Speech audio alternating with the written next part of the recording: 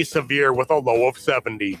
The hottest music in the Twin Cities can be found at Crooner's Supper Club in Fridley. Crooner's is off Highway 65 just north of I-694. Visit their website at croonersmn.com. Portions of the following program may be pre-recorded.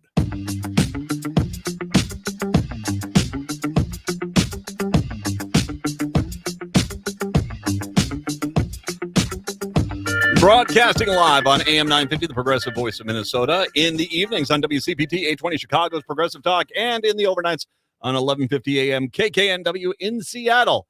It is the Matt McNeil Show for your Monday. Good to have you with us here today. I hope you're going to be, hey, it's Labor Day weekend coming up here, so I'm hoping you might get a little bit of a downtime if you get into that window for sure. 952-946-6205, 952-946-6205 is the phone number. Patrick is joining us today. Hey, Patrick, how are we today? Doing well. It is oppressive outside in both Minneapolis and Chicago. It is steamy out there. It is the crotch of a Cajun in a sauna on Mercury. It is god-awful outside right now, man. Oh, and by the way, how do I know that? Lots of hot Cajun sex. That's why. It is that the dichotomy of living in the upper Midwest, man. We get legit winters, we get legit summers, man. Now, I did run into my brother who's living down in South Carolina. He was in town, so I went and grabbed breakfast with him this morning. And I said, this has got to be, as bad as you get it. And he looks at me, oh, come on, Matt. We're starting the day off at 87 degrees down there. Like, okay, touche, you got me on that one. It is warm out there. Make sure you grab your jacket and scarf and your muffs. 952-946-6205, 952-946-6205. I've got to acknowledge something here, which is I'm kind of stunned by. I started in this industry, in the radio industry, back with my luscious, luxurious hair. Long time ago. And back then, when I started and I had to do a radio show, you'd have to basically hear the show, turn it on the station I was broadcasting on, and you listen to it, and there we go. Simple, easy. Today, there are 1,000 different ways for people to get in touch with the show. We are podcastable. We're on social media. You can listen to rebroadcast on the AM 950 radio station website. You got all sorts of ways. You can hear me. You can hear me in the afternoons in Minneapolis. Go to Chicago, hear me in the evenings there. You go to Seattle and listen to me there. I mean, there you go. Lots of ways to do it. So I'm somehow still trying to acclimate myself to this new modern world, and I'm dead serious. It is a little bit sometimes stunning for me. On Thursday's show, now I took off Friday. I had to move my daughter into college up in the beautiful city of Duluth, Minnesota. I had to move her back up to college up there, so that's why I had to take Friday. And thanks to Bruce for filling in for me, by the way. Appreciated, my friend. On Thursday's show, I had a extended rant about Ann Coulter and others on the right going after Gus Walz, and compared them and basically made a connection on how you can understand where this MAGA inferiority complex comes from via the movie Armageddon, the 1998 movie featuring Bruce Willis about an asteroid coming to Earth. Yes, needless to say, it was a hoot. And I sent it off. Our good friend Cliff Schechter runs Cliff's Edge. He has said, if you've got a good little bit, send it to me. I can post it up on the YouTube page. And he did. He did that morning. On the way back down from Duluth, he called me and said, we're up to 10,000 views on it. So far, it's 60,000 views of my Thursday rant. Thank you very much to everyone who has heard that. You're more than welcome to go to Cliff's Edge, the Cliff Schechter YouTube page, and watch it for yourself. It's the video that features Ann Coulter and Gus Walz on the image there. Feel free to share it. I would love to get more views than Royce White got votes in the Minnesota primary 2 weeks ago, which means I'm only 15,000 away. So please view, share, whatever. Show it to anyone you know. Get me over 75 because that would be hilarious.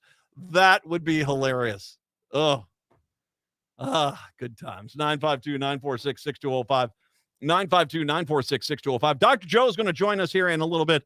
Not only this weekend, I went to the Minnesota State Fair, which, you know, it's hard to compare. It's not like a lot of other state fairs. It's a very different kind of vibe. I've been to like the Iowa State Fair, and the Iowa State Fair is nice. It's like an old school fair. I mean, it's lots of agriculture, lots of, cattle and animals, lots of tractors, and a few other things on the side. The Minnesota State Fair, because it's based in St. Paul, is a very different vibe. It's artsy, it's food, it's a foodie place to go for sure. Tons of fun. You still get the fair stuff that you get. You get tractors and implement dealers and cows and chickens. Well, we have talked with Dr. Joe over the last 3 months about how avian flu has transferred now from the birds into mammals, including cows, and how ranch hands are getting avian flu from their close proximity to cows. And this is a little bit of a concern, let alone the poultry building, which is its own little crisis center. And so I was there yesterday and I said, whether you're in Minnesota, you're in Illinois, you're in Washington, or wherever you're listening to me right now, if you do have a fair of this type, we should talk a little bit about this and how dangerous is it? So we're going to have him on, get some updates on COVID, stuff like that. That's coming up here in about a little more than 20 minutes from right now. I got to start off with, though, a study that came out this week, posted in online. I caught this story. The Minnesota Reformer had it posted. A finding from the Survey Center of American Life, a project for the conservative-leaning American Enterprise Institute. Now, obviously, a little concerned, is it a conservative thing? But this seems to be more than just this doesn't seem to be necessarily a political thing, more just a societal observation.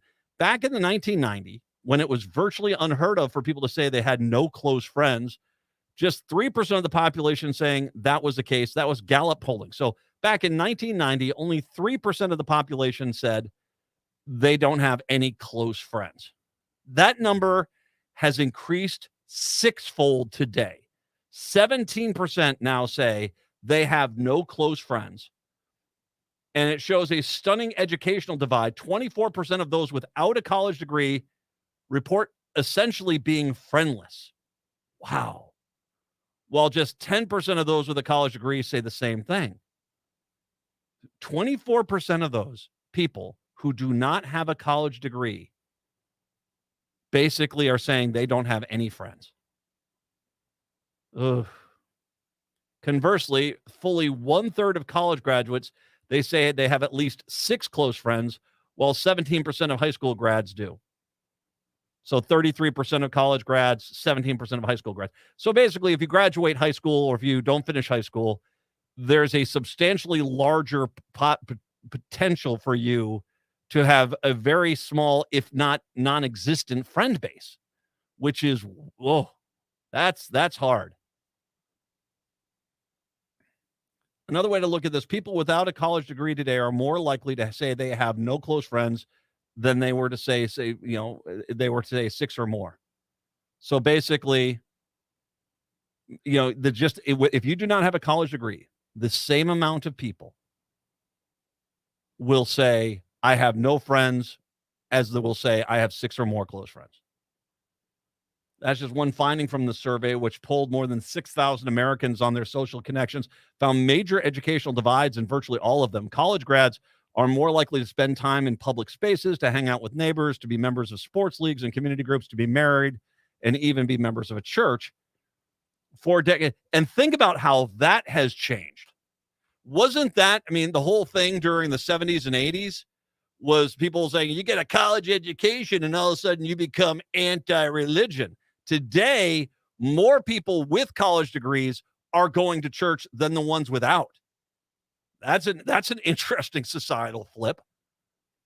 4 decades ago, many of these numbers were flipped for virtually any social phenomenon happening today. The aggressive nationalist turn in Republican politics, the growing prevalence of the conspiracy thinking, deaths of despair, and the fracturing trust in institutions, to name a few. A plausible argument can be made that it stems from the asymmetric fraying of these social connections.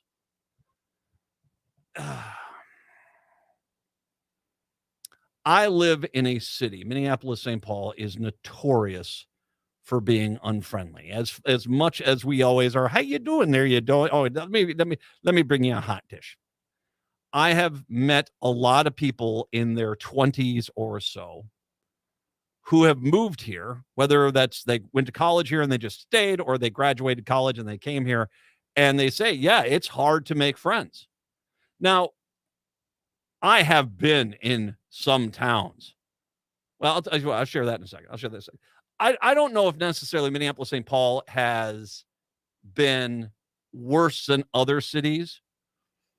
I think it comes down to, well, first of all, I think you cannot underestimate the online world and the amount of change that has made in us, in our society. A great example of that is schools, in our modern day system of schools and education, how things have changed. Used to be you moved into a neighborhood, you knew everyone in the neighborhood because everyone went to the same schools.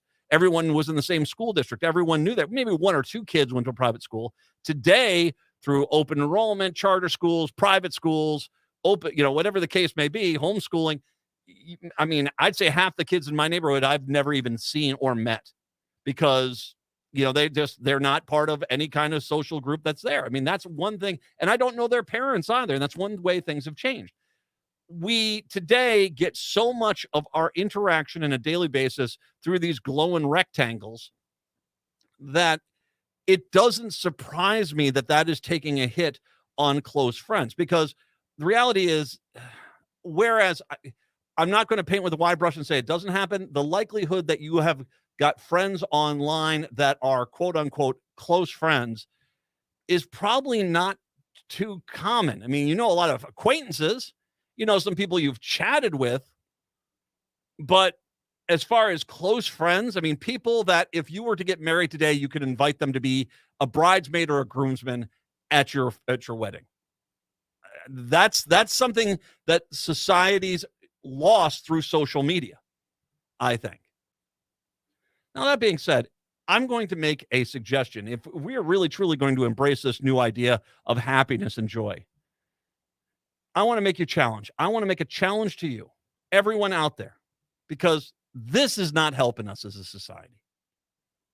I want you to try in the next week through Labor Day to connect with someone you don't know that well, whether that's someone in your apartment complex, a neighbor down the street, a coworker that you really haven't been able to communicate with. Try to interact and reach out and communicate and have a little bit of a relationship with. Because you know what? If you want to truly spend happiness and joy, creating friends is a really good way to do that. And it might actually solve a lot of our problems. We'll take a break. Come on back. It's the Matt McNeil Show. Quality education is the foundation of our future. A.J. Peters is dedicated to making it a reality for all. A.J. Peters is committed to investing in public schools because every child deserves access to quality education. Supporting our teachers, ensuring they have the resources and respect they need to succeed. Expanding access to early childhood education and affordable college, because education should be a right, not a privilege. A.J. Peters believes in the power of education to transform lives and communities. Together, we can build a brighter future for all of our children. I'm A.J. Peters, and I approve this message. Vote A.J. Peters for education, for opportunity. Let's get something done for the 7th District, for our future. Contact ajpetersforcongress.org. Paid for by the Campaign Fund for A.J. Peters for Congress. You want a fast way to save some money? It's easy with Rudy Luther Toyota. Start with the Luther Advantage Card. With every new and used vehicle purchase, you'll get 3 years of 10 cents off per gallon of gas at holiday station stores, as well as $6 off the Works car washes. That's a lot of savings, especially when you tag that with the incredibly fuel-efficient Toyota hybrid models. Buying at Rudy Luther Toyota makes you a smart shopper. Find out all the details about the Luther Advantage Card, including all the ways you can save, by visiting Rudy Luther Toyota, the southeast corner of 394 and 169 in Golden Valley. Whether you rent or own a home, we all likely have nightmare stories about home maintenance, or what I like to call home cringe moments. Join me, your host, Katie Shahan, for the Yarlow Home Cringe Show. See what home cringe-worthy stories we have for you each week as we talk with local home service pros. Learn best practices for winterizing your home or what to look for after a hailstorm. Listen to the Yarlow Home Cringe Show every Sunday at 2 p.m. or on your favorite podcast app. Hey, it's Patrick. This is one of everybody's least favorite things to hear, but we're heading into the home stretch of summer. Back to school is right around the corner. Those final sleepovers are going to be taking place. It's time to call My Cleaning Heroes at Zero Res for a reset before we head into the fall. If you haven't tried Zero Res or it's been months since your last deep carpet clean, now is the time to call. Right now, you can get your entire home Zero Resified for Minnesota's ultimate carpet cleaner and get 3 rooms Zero Resified for just $119. Along with that great deal on carpets, it's also a great time to get the summer crud cleaned out of your air ducts. Zero Res is taking 20% off any air duct cleaning this month. And don't forget about your dryer vents while you're at it. Zero Res has a 4.9 rating on Google Reviews. Schedule your appointment at ZeroResMinnesota.com or call 952-ZERO-RES and ask for the AM 950 special. Backward or forward spells the same. Zero Res.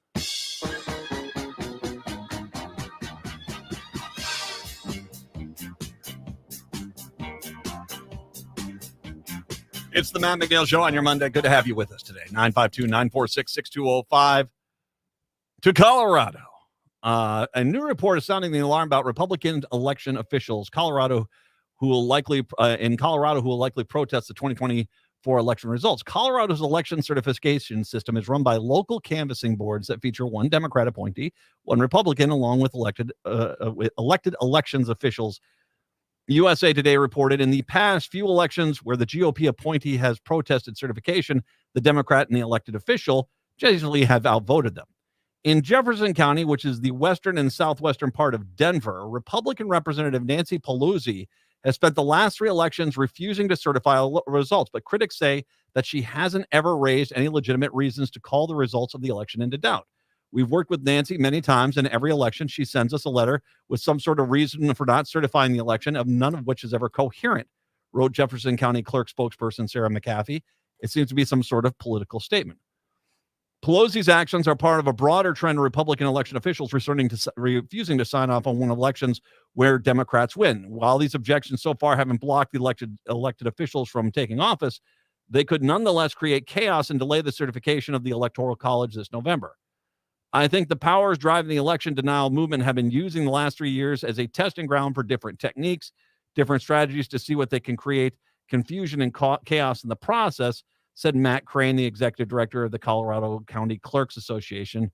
He said that to USA Today. Professor Rick Hansen of the University of California, Los Angeles, who runs electionlawblog.org, said those local officials could stop the final results if they have enough allies and the election is close. It's kind of a strategy, if it's a close election, to find a way to slow things down or provide a path for changing election outcomes, said Hansen. Yep. I'm just going to let you know. Yep. I brought this story up a few times since I initially read about it. It was the one out in Nevada, where in the county or the election precinct where this was at, the election official there, who is a stark raving mad Trump fan, she flies the Trump flag, she wears Trump gear, she's an undeniable Trump fan. But the Republicans in that district have tried to run her out of the county because they feel as if, even though Trump carried that district by like 86, he got like 86 points in that district. I mean, it was an overwhelming Republican majority. The people who are against this election official who verified that insist that no one ever voted against Trump. And it's this stupid mentality of, well, no one I know voted for him, so nobody could have voted for him. When the reality is they clearly don't know everyone in the county or the election district. And yet this is the hill that they decided they're going to stand on. That is the mentality that has been put into place. You have that Colorado election official, was it Tina Peters, who knowingly lied, knowingly handed over election voting machine technology to a third party illegally, and still has insisted, even though, once again, no evidence has occurred that anything wrong has happened, that everything wrong happened and it was horrible, because these are people whose first line is, we didn't lose. So no matter what else you throw at them, reality, then you see as well, that's not, we didn't lose. That's the mentality. How could we have lost when we didn't lose? And so then it becomes a process of them trying to find the way that they lost. And this is how you get to things like in Arizona, where they had, we're going to search all those those ballots for bamboo because the Chinese made those ballots. And once again, and Arizona is the consummate example of this. Arizona, they got their way. They basically, the election officials let them take all the voter stuff, go into a private facility, gave limited oversight. And when they came back out, they even admitted that Joe Biden got more votes than they had previously thought. So they had been proven wrong. And yet still, the minute that they came out, so, well, that's clearly a fraudulent finding. That's who these people are. They have convinced themselves the first thing is, well, we didn't lose, so now I have to find the rest of the equation to make this work. And they can look at a 1 + 2 and they'll insist that equals Trump. When that equals 3, no, it doesn't equal Trump. No, it doesn't equal Trump. Everybody knows that. That's what Jesus said. And that's who these people are. I say this because this actually does seem like this could be a big problem. And I got a theory on how we can counterpunch this, but we have to be ready for this. Because my gut feeling is, especially after last week in the DNC, especially with, once again, the trajectory Kamala Harris has taken since she took over the Democratic nomination from Joe Biden, has only gone in one direction. It's not just the DNC. She has gone from what was a 4 or 5 point deficit to now she is up. I think the latest poll was at Fairleigh Dickinson today. I saw that poll was a 7-point lead. 7-point lead. And that's really pre-DNC bump. And once again, polling aside, polling is garbage because it has been undercounting Democratic numbers dramatically for the last 2 years. 5 to 15 points. So things are looking like they're going to definitely go the Democrats' way. Everyone votes, door knock, volunteer, write a check, do whatever you can say. As Michelle Obama said, if you see something wrong, if you get news that you don't like, well, then do something. So knock on doors, make phone calls, make a donation. Heck, just go sweep the offices. I don't care who you're going for, but get out there and help a Democrat. That being said, for these people, it doesn't matter what the reality is. And their hope is, even in states like Pennsylvania and in Georgia and in Arizona and in Nevada, that they can gum up the works enough to where at the end of that election cycle, they can just say, well, we've got 5 districts who haven't approved it. We can't really certify the election until they do. I guess we're going to have to go to the House of Representatives. And there are 2 ways that we can go about this. One is if Kamala Harris absolutely curb stomps Trump this election cycle. And once again, I was reading some very interesting articles about Texas and Florida, how if Republicans think those 2 states are locked up, they're very much fooling themselves. That those 2 states are very much in play, especially Florida, with that constitutional amendment to make abortion legal in the state of Florida. If you dominate the electoral college, then it doesn't matter what these people do. It's still going to be a win for her. But if it's not, and it's close, and these states feel as if they throw it into chaos, then it will go to the House of Representatives. Here's my suggestion. Be prepared to sue them. And not only sue them, not only should the state sue them for basically fraudulently holding up the election, but if you are a citizen of that state and they're disenfranchising you, take their asses to civil court and take them for every dime they've got. because if all of a sudden 1,000 people are getting ready to sue them, maybe, just maybe, sanity will kick back in. Dr. Joe, when we do come back, it's the Matt McNeil Show here on your Monday.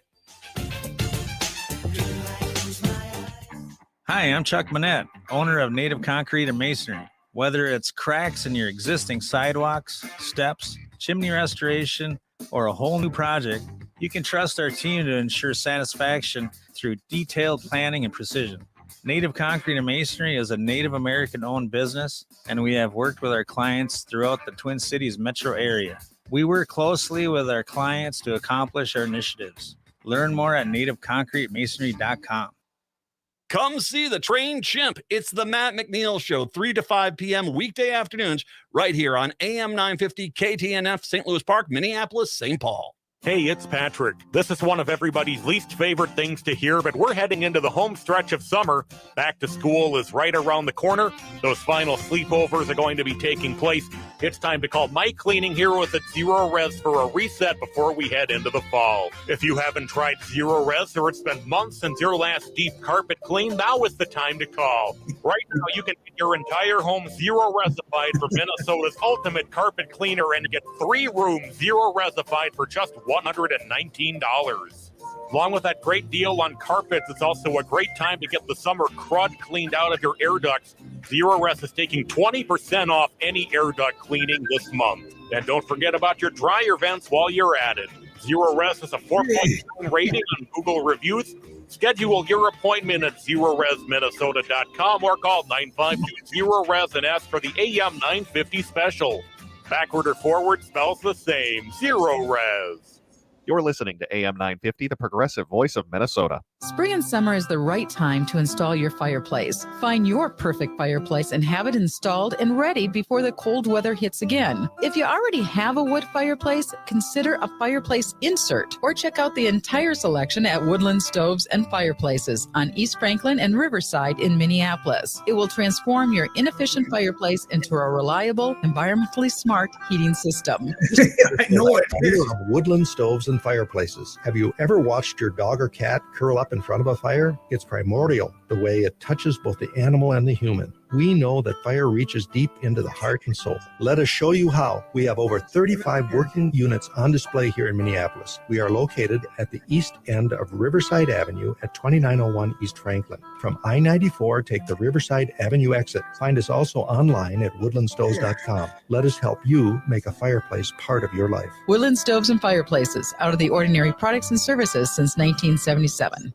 With your AM 950 weather, I'm Patrick Lilia. An excessive heat warning is in effect. Sunshine today with highs around 92. Heat index could reach 106. Then tonight, showers and storms possible. Some may be severe with a low of 70. Get ready to laugh with a Loke, a trailblazing trans comedian. Their new show, Harry Situation, is coming to the Uptown Theater on Wednesday, October 23rd. Don't miss this flippant and fabulous night of humor. Tickets available at Ticketmaster.com.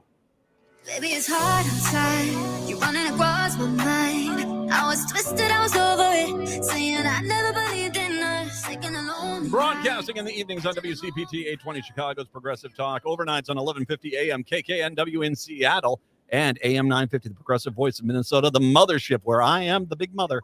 It is the Matt McNeil Show right here on your Monday. Nice to join you, have us joining us today. Dr. Joe Eastman is kind enough to join us today to talk about all sorts of wonderful and good things involving, oh my God, let's just scare you to death. The World Health Network is where he is doing a lot of his work at, and he is kind enough today to join us to talk about things. Hey, Dr. Joe, are you there? Did we lose him? I think we might have lost him there for a second. There he is. Okay. There you go. How are you doing? I'm doing fine, thank you. How about yourself? I'm doing okay. I'm of course you are up north. Is it as hot for you up there as it is down here in Chicago, Minneapolis right now? It's pretty bad up here. We're going to have some beauty thunderstorms tonight. I can't wait. Oh well, be careful out there. But good news is that means good fishing tomorrow. That's right. All right. So I'm at the Minnesota State Fair this weekend. You and I, we'll get to COVID eventually. I mean, but we have so many other things to talk about today, which is just delightful. So you and I had talked about the fact that bird flu, avian flu, has transmitted to the mammals, and that the that the mammals, particularly livestock, has been carrying this. And it's a big concern because the FDA and the federal government is not really doing the testing they need to try to get this narrowed down and nip this in the bud. But what we're looking at here is a case where it is there, and we've actually had ranch hands getting avian flu from the cows now. So here I am at the Minnesota State Fair. Once again, any state fair, you have lots of livestock, cows, pigs, tons of poultry. They're all there. You and I talked about this a little bit of last time you were on the air. I didn't go anywhere near those barns. I didn't go anywhere near them because, as you said, this is not, we shouldn't be messing around with this stuff at this point. Is that a safe thing, or am I being too paranoid? No, you're being spot on, Matt. If you look at the map of the outbreak across the United States, it's the number of counties, it's everywhere. Florida is just going through a recent one right now, a new outbreak there. But the other thing that's really getting concerning is it's starting to get to domestic cats. So, really, probably from the mice and things like that. It's we're letting it sit there kind of and stew right now, and it's the worst possible thing we could be doing, but it is what it is. We're getting used to this. This is not an airborne disease. Avian flu, correct? It's not. It's not. But at the same time, maybe we need to back up a little bit here. So let's go to cows. Let's go to ranchers and people or dairy farmers or whatever the case may be. How is the disease going from the cow to the human at this point? Yeah, it's mainly from touching. Okay. It's as far as we know, it hasn't made that airborne transmission yet. But I mean, the cow sneezes or something, you could get it that way. Real close proximity transmission. So, and then the cats in the barnyard are drinking the milk, and it's just it's in so many species of mammals across the United States right now. And like I say, it keeps spreading, and then we're going to see more because the birds are going to go back and migrate, south coming up here, and I expect more of this to occur. But they are doing their best, but we still have the over 4,500 people that have been tracked. I think it's 527 counties now, 48 states. So, yeah. 4,500 people have avian flu right now in the United States? They have been surveyed. Okay. Not all of them contracted came down with it. So, but that's how concerned they actually are about it. And the problem is the genomic sequencing is very slow. We're getting reports from stuff 3 months ago, and as a scientist, it's really frustrating right now.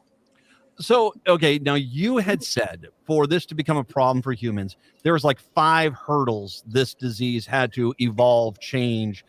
It sounded like the last time we were talking was that like 1. Can I just say, for any species, is it known to be airborne? Is there a bird species or cows? I mean, you say about sneezing in someone's face, that's one thing, but is there any species right now where avian flu is just like, just by proximity, a bird being near another bird or a cow being near another cow, that's too close? Well, it depends. It does have to be very close proximity, though. Okay. It's not like we got going around with COVID and stuff like that right now.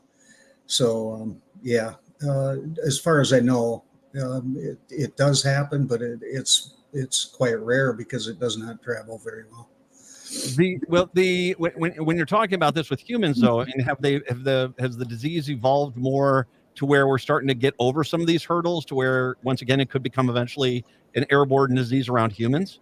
Yeah, I was talking with one of my zoonotic colleagues, and he says we're basically letting it overcome these hurdles because it continues to fester. 100 million chickens now have been culled from the population, but they're not, as far as I know, they're not culling the cattle at that kind of rate. So you're just, it's a reservoir. Think of it as a reservoir, and eventually that reservoir will fill up and spill over. So that's kind of what we're looking at. And they don't seem to in this country have the utmost attention that they should have on this right now, and it's still getting spread around. So how much of that is, once again, you and I have talked about this, hesitation, because hey, we already went through COVID. We don't want to do this we don't want the new season of diseases basically every year, like the old fall TV roundup used to happen. We don't want to do that. But how much of this is also, do you think, coming in from the egg and beef and pork industry, where they're like, okay, the last thing we want is people not buying milk or buying eggs or buying beef because they're concerned about this.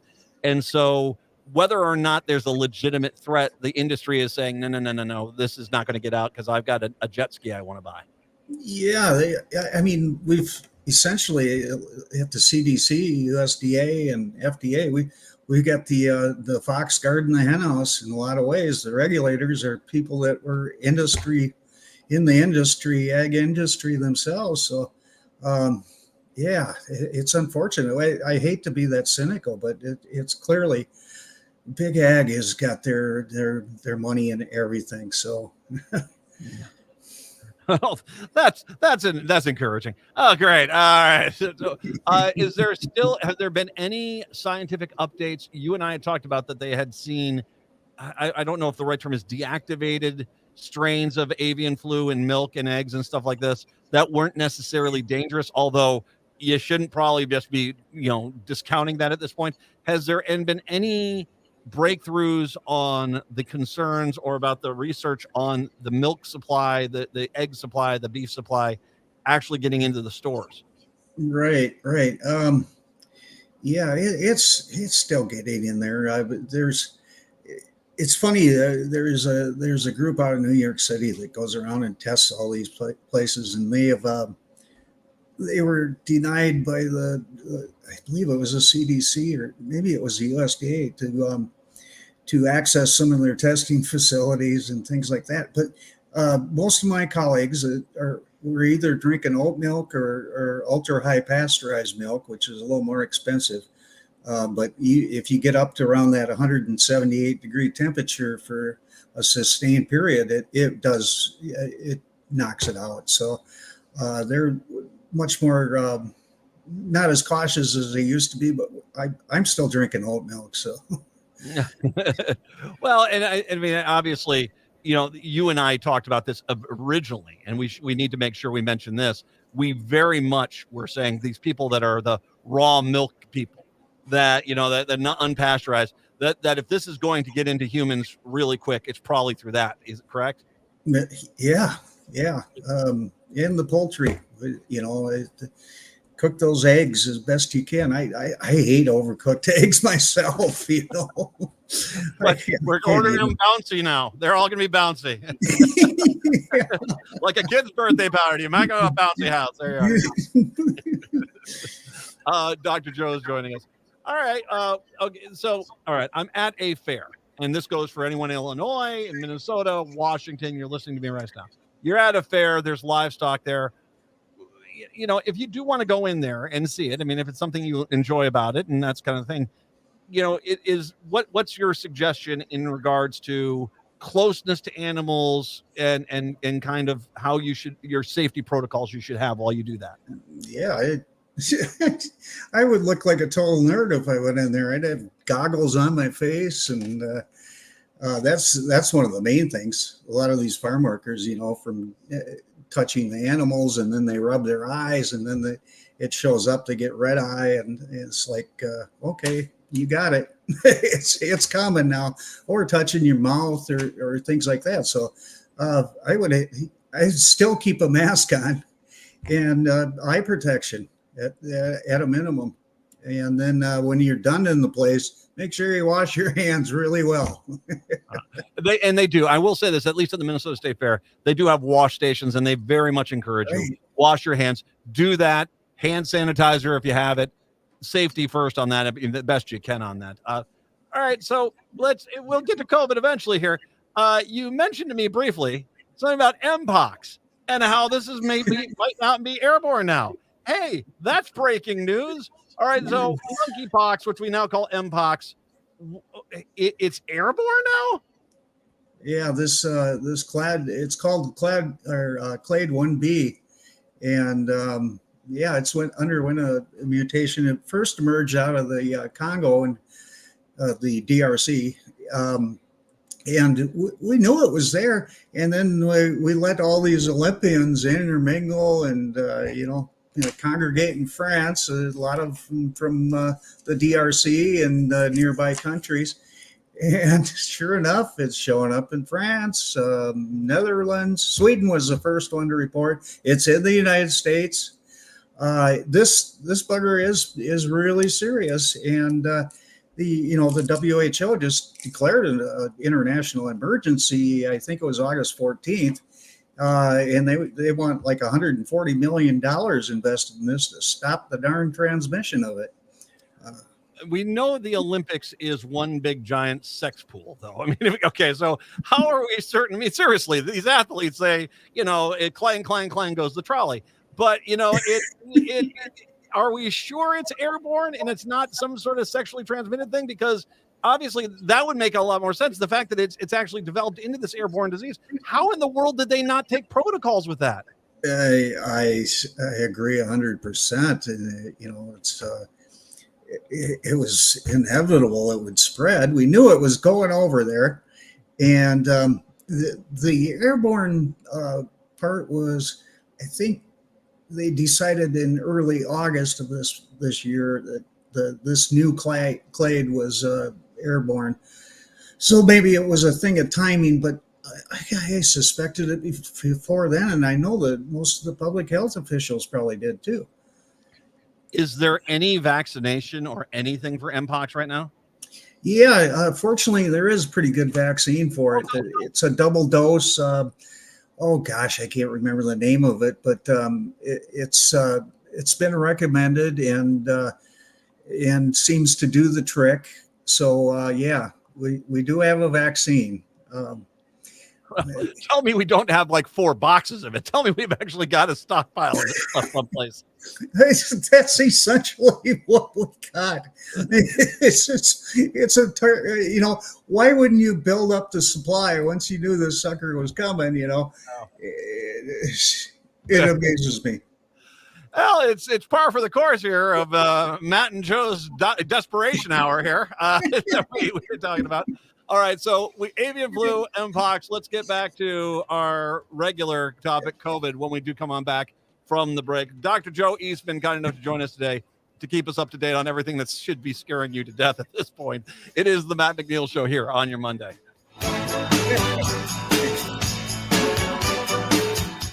Join AM 950 on Tuesday, September 10th for the AM 950 Presidential Debate Watching Party at Crooner Supper Club. Doors open at 6 p.m. with a live broadcast at 7. Your ticket will get you into the debate watching party as well as pizza and light snacks. The debate begins at 8 p.m. and you can enjoy the debate bingo. There will also be a cash bar. Tuesday, September 10th at 6 p.m. It's the AM 950 debate watching party at Crooner Supper Club on Highway 65, just north of 694. Tickets are $25 and available at am950radio.com. That's am950radio.com. It's time to experience the amazing flavors of eatlocalminnesota.com. It's your key to unlocking the best local and independently owned restaurants in the Twin Cities. Nightingale off 26th and Lindale is where good times and great flavors unite. Chef Terry keeps it fresh with seasonal dishes, or savor classics like the Nightingale burger, steak tartare, and irresistible chocolate pot de crème. Explore tasty vegetarian, vegan, and gluten-free options, and enjoy craft cocktails, curated wines, and half-price wine bottles every Monday. Open daily 5 p.m. to 1 a.m. More at nightingalempls.com. Maverick's Real Roast Beef in Roseville sets the bar when it comes to roast beef sandwiches. But let's not forget their other mouthwatering offerings, from Philly steak to turkey bacon avocado, BLT, crispy chicken, fish, brisket, and pulled pork. The menu is a flavor-packed delight. Don't miss out on their delicious variety. Explore the full menu at mavericksbeef.com. Your taste buds will thank you. The local advertisers you hear on AM 950 are the lifeblood of the station. If you find yourself regularly tuning in, or if you appreciate the diversity of content we deliver, please take the time to support our advertisers.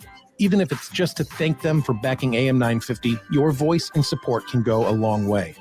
Help keep the station going strong while investing in our local community. Find the complete list of on-air supporters by visiting the advertisers page at am950radio.com. That's am950radio.com. At Better Futures Minnesota, we support Minnesota's environment by working towards zero waste and the transformation of the lives of men in our workforce development model. Better Futures Minnesota engages men with histories of incarceration and homelessness. Our approach reaffirms each man's dignity, instilling self-discipline and behaviors that empower them to achieve self-sufficiency and a better future. We set hard-to-employ men on a pathway to independence through employment in our reuse retail warehouse and work crews, specializing in building deconstruction, property maintenance, appliance recycling, and janitorial services. We strive to create a sustainable future where social equity, economic opportunity, and environmental justice intersect. By addressing these interconnected challenges, Better Futures Minnesota works towards building resilient, healthy communities for all Minnesotans. We believe that true sustainability can only be achieved when all members of our community can thrive.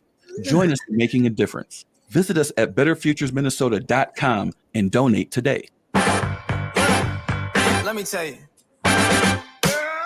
you my little boo thing, so I'll give a hoot what you do. Say, girl, I know you. It's the Matt McNeil Show. My little boo thing is Dr. Joe Eastman, once again, our expert in communicable diseases across the country. And not only do we get our avian flu update, our Mpox update. By the way, a question for you: where is Mpox at right now in the United States? You said it showed up here.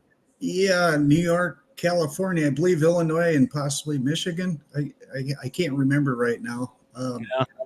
But so far this year, we've had over 1,300 cases, but not of this particular clade 1B. So it's a different one. If people send out pictures of this bugger, they go, "Oh my God, it looks horrible." And yes, it is this new clade. Of the 12 cases of people having this new one, I believe 6 died. So wow. It could be a monster.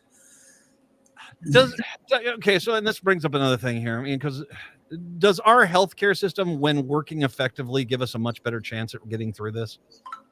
Exactly. All right. We went through now 5 years of this, and I just shake my head every day. It's so frustrating. I knew that darn COVID was airborne, within the first month of this thing. It's like things don't travel that fast. Well, you and I both, even though at that point you weren't on the air with me on a regular basis.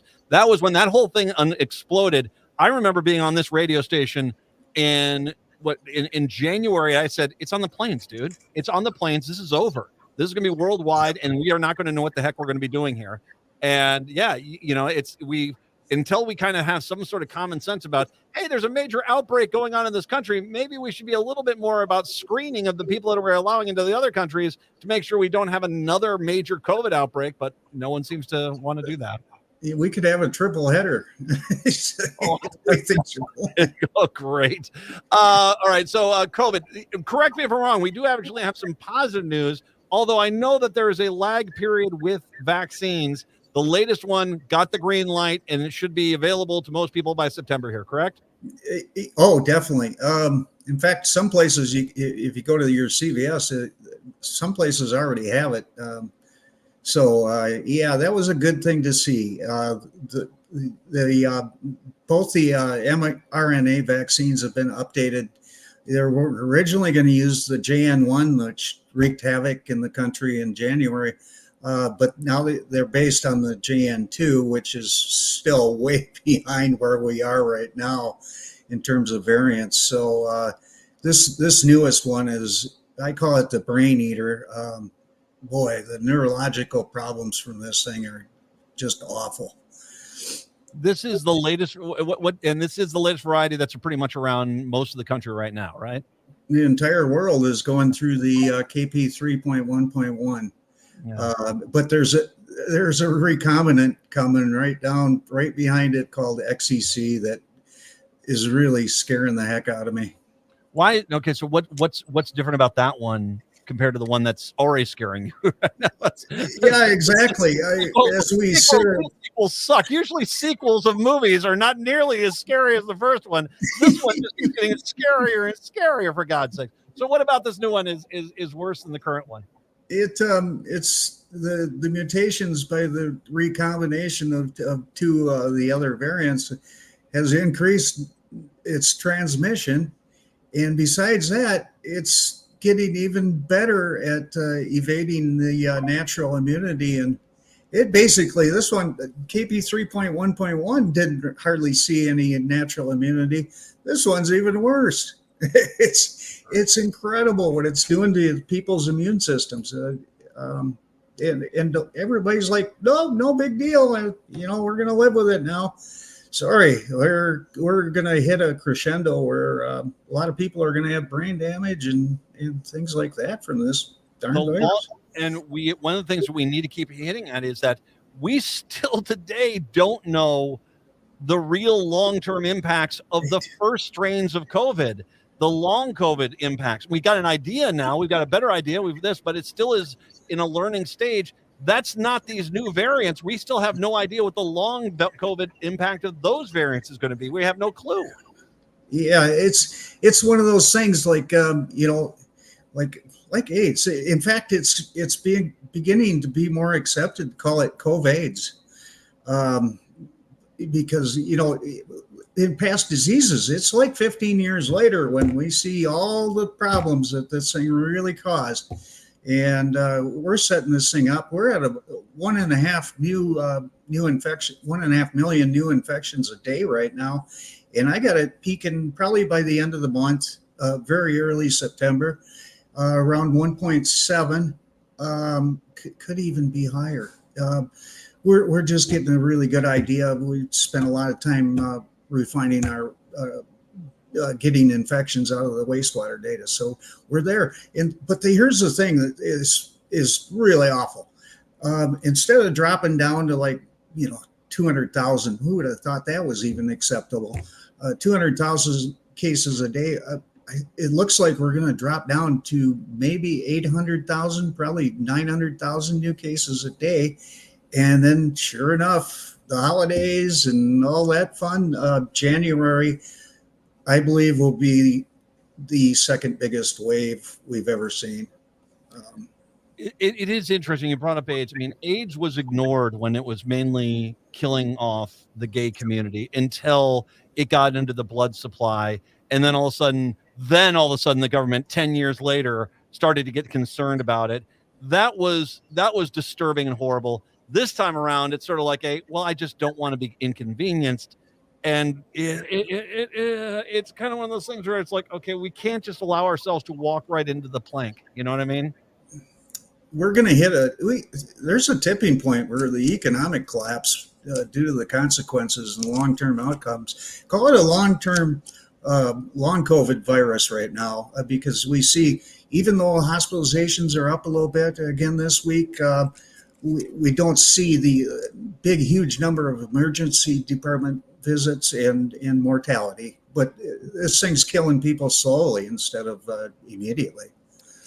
Get your vaccinations, get your flu shot too. Don't pass up on that one. Get your flu shot, get your vaccinations. That's a good thing.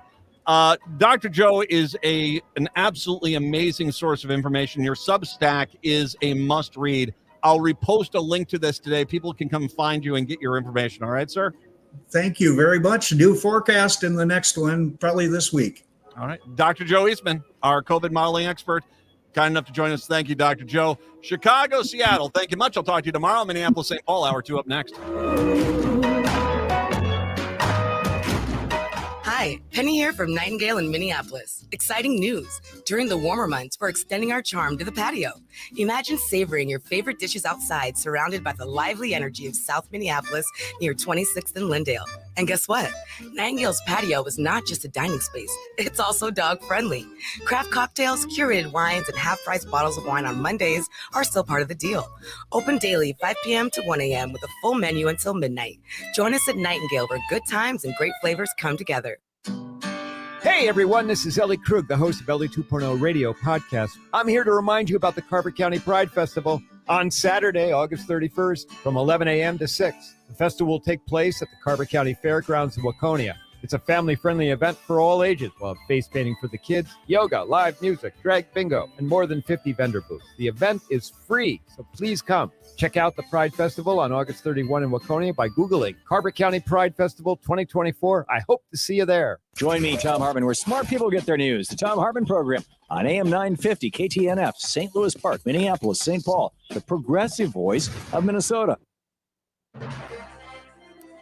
AP News. I'm Ed Donahue. Former President Donald Trump is tying Vice President Kamala Harris to the chaotic Afghan war withdrawal on the third anniversary of the suicide bombing that killed 13 American troops. Here's the AP's Sagar Magani. Trump says he holds Harris and President Biden accountable for what he says was the most embarrassing day in U.S. history. The humiliation in Afghanistan set off the collapse of American credibility and respect all around the world. He spoke hours after laying wreaths at Arlington National Cemetery in honor of 3 of the fallen. He's been ripping into Harris's foreign policy moves now that she's the Democratic nominee. The Biden administration was following an Afghan pullout commitment Trump negotiated with the Taliban a year before the attack.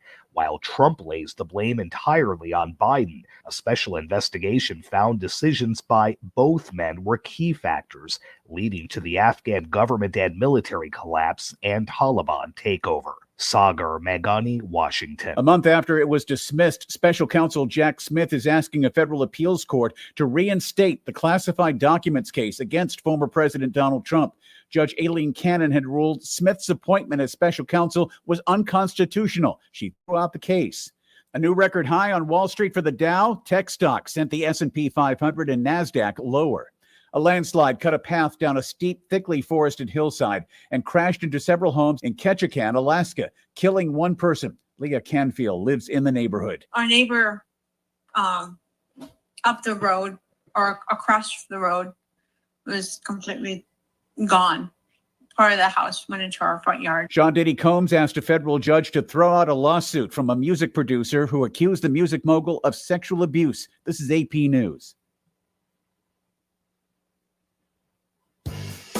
Hey, checking in?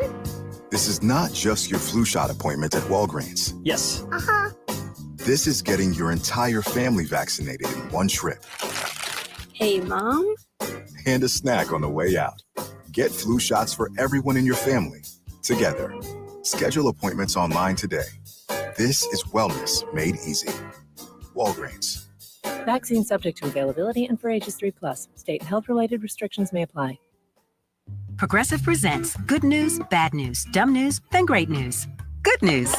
Your coworker Kyle said bundling home and auto insurance with Progressive could save you money. Bad news. While saying this, Kyle was eating your clearly labeled lunch. Dumb news. Pizza near work costs $7 a slice, and it tastes like drywall covered in ketchup. Great news. You decide to see if you could save money bundling at Progressive.com and enjoy more lunches far away from Kyle. Progressive Casualty Insurance Company affiliates and other insurers not. Hi, this is Philip Anthony, the host of the Downright Upright Show, which airs every Saturday at 5 p.m. I interview many interesting Minnesotans and listen to their ideas on how they plan to improve the lives of members of the LGBTQ community and our wider Minnesota community, and then to hear their opinions on current events. Remember, you can listen to the Downright Upright Show with Philip Anthony every Saturday at 5 p.m. on radio or wherever you listen to podcasts. So come and join me and continue being fantabulous. Social Security is a promise we must keep. A.J. Peters is committed to protecting this vital lifeline. A.J. Peters is fighting for protecting and expanding Social Security, ensuring it remains strong for current and future generations. defending against cuts and privatization schemes that threaten our seniors' well-being. Providing security and dignity in retirement for everyone who has worked hard their whole life. A.J. Peters is dedicated to safeguarding Social Security for all Americans.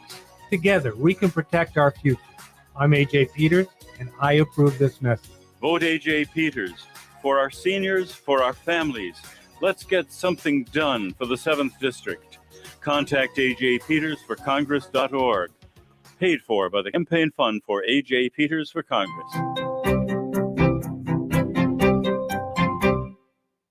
With your AM 950 weather, I'm Patrick Lilia. An excessive heat warning is in effect. Sunshine today with highs around 92. Heat index could reach 106. Then tonight, showers and storms possible. Some may be severe with a low of 70. The hottest music in the Twin Cities can be found at Crooner's Supper Club in Fridley. Crooner's is off Highway 65, just north of I-694. Visit their website at croonersmn.com. Portions of the following program may be pre-recorded. Hour number 2 of the show here on your Monday. Good to have you with us. Matt and Patrick here. 952-946-6205, 952-946-6205. We are guest-free for this hour, so your phone calls are welcome. Patrick, anything fun that you did this weekend? That's okay. I was in Duluth yesterday, actually. I went swimming before the lake got too cold. It was actually barely warm enough to go swimming yesterday. It was only in the 70s. I mean, it was still very humid like it is everywhere in the state this week, but was it like 90 in Cloquet and then 70 in Duluth? Actually, no. The gradient line was closer to Hinckley, which was kind of surprising. Actually, I talked to a guy from Pine City, and he's, it was like 90 degrees when we left, and it's 70 degrees here, and so that was interesting. Well, I mean, I gotta imagine today a jump into Superior would be pretty nice if it was like this, like what we have right down here up there today. I did get to the fair yesterday, so first of all, it wasn't pleasant. When I do post the pictures, you get to see hot, sweaty Matt, because that's. But I'm not going to apologize for that. For God's sakes, it was god awful out there. Went out there. We got there at we left the park and ride. We did the bus in, which still is amazing how well they've got that coordinated. I jumped on a bus for Southwest in Eden Prairie. Took me in at 7 a.m. We left at 7 a.m. Got there at 7:30. Here's the thing that I did not know. I looked at a few places online. They said, oh, most of the vendors are open at 8. Actually, most of the vendors and halls are not open till 9. So just keep that in mind if you head on out to the fair early and you say to yourself, I want to get out there. Don't get me wrong. There's plenty of places that are open that are serving, especially breakfast, a lot of the breakfast places, and one or two things are going. But for the most part, it's good if you want to walk around. That's what we did. We walked around to places that we generally don't do that much, like Machinery Hill. We walked up that way and, kind of knocked that out, walked the midway because I don't ride rides really, but, we walked out. So you do have, some of that stuff that was going on. The food. Okay. So here's the rundown. So we had mini donuts first. Then I found a Pronto Pup. God, I love Pronto Pups. And, it was funny because if you saw, there was a few different places where they were selling the Pronto Pups. And some of the booths at that point were 20 deep. But the reality is that there was a lot of them that were around. There's so many Pronto Pup stands that you could find one that wasn't really having the hard time. It wasn't going to be a long wait for you to do that. So that was good news there. After that, we did go down to International Market, the market there where the Hmong Union Kitchen was. And I did the sticky rice, the purple rice thing. Holy God, is that good? Holy God, is that good? That was, I'm a little upset because they got rid of the sausage that they carry. They traded those things out. It might even be tastier than the sausage was. It was amazing. And we got there at 9, and I still think we ended up waiting for about 10 minutes before we got started. Immediately that much of a line. Just fantastic. I did the potato skins with ham, with a Minnesota sushi, which is the ham, cream cheese, and pickles. I did that. That was actually pretty good. What stand was that at? That's at the one stand. It's the chicken stand, the Route 66 stand in the food building. And here's where it is. And this goes back to, remember from last year or 2 years ago when they got the pickle pizza, and why I'm not a big fan of the pickle pizza. If you're going to do something like that, have good pickles, because the pickle pizza, it's not really that good. It's kind of a gimmick. The potato skins, they were delicious. And that dill cream cheese that they put on there, oh my God, was that tasty. That was absolutely delightful. We got some pickles, it was so hot yesterday that we made that turn from where we were like, I don't really want ice cream, just because of any kind of dairy element of it just did not sound good. And so we kind of passed on the ice cream, and we got some Hawaiian shaved ice, which was pretty tasty. I got the pink lemonade. That was tasty. And then my suggestion is, what's the name of the Euros place that's over right by the carousel, right by Channel 9. There's a Euro place over there that is absolutely fantastic, and they pack the Euros to go. So you can get them, take them home, stink up the Southwest Transit bus like a pro, and then head back and enjoy state fair food at your home. Unbelievable. Fantastic. Had a good time. You know, it's a good thing. I love going out there, and I love being there. One of the things that happens, though, is the Republicans like to make hay anytime there is a problem out there. And on Saturday night, there was, unfortunately, a little bit of a problem. Police responded to an altercation and a possible stabbing at the Minnesota State Fair on Saturday night. Fair police first responded to a report of an altercation involving multiple individuals at Underwood Street and Carnes Avenue around 9 p.m. At the scene, officers found one person who'd suffered a possible head injury. That person was treated and released. A short time later, officers responded to a possible stabbing at Carnes and Nelson. Where is Carnes and Nelson at? Do you have any idea where that is? You would think I would know where that is by now, but I can't quite place it. See if you can pull up the map if you get the chance here. Carnes and Nelson. See, and to kind of give you an idea where at the state fair that is. Their officers found one person suffering from non-critical injury to his leg from an unknown cause. He was treated and released. The individual witnesses were uncooperative, State Patrol police said. No arrests have been made in connection with other incident. The police have not identified any suspects. Police did not say they believe the incidents were related. So, yeah, unfortunate. That's it, kind of a thing that is, negative thing that happens out there. And it's truly unfortunate that people go on out there and first of all, paid the price to get into the fairgrounds, but then on top of it, go out there and then just trying to create problems for other people. I mean, I don't understand your motivation there. How in the world that is, you're going to spend the amount of money it takes to get into the state fair and the time and effort just to try to be a jerk. Well, I don't know. It is the case. Yeah, where is that at? Yeah, that's out on the corner by the food building on the southwest side of that building. Okay, so that's where it was. All right, thank you very much. Here's the reality, though.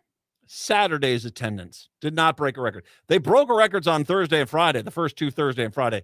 They did not break a record yesterday. I was out there. It was 134. It was way off the record. I think it was like 80,000 less than the record because it was so hot. My guess is today is going to be nowhere near the record because it's just too hot to be out there. 184,564. That was the amount of people that were there on Friday. Not a new record, but a lot of people. Considering this is the first problem that we've had out there, I'll throw in the attendance. I think it was 138 or so on Thursday, 170 so. So you looking at somewhere in the area of 450 to 500,000 people in one area. And your two problems you've had so far. Now, don't get me wrong. It's clear you're going to have some problems. There are people pounding booze starting as early as possible. That is not a good thing, especially on these hot days where people are knocking back the suds and getting somewhat sloshed.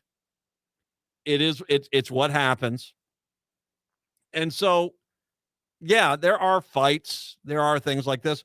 But the right likes to make deals about, oh, look at this.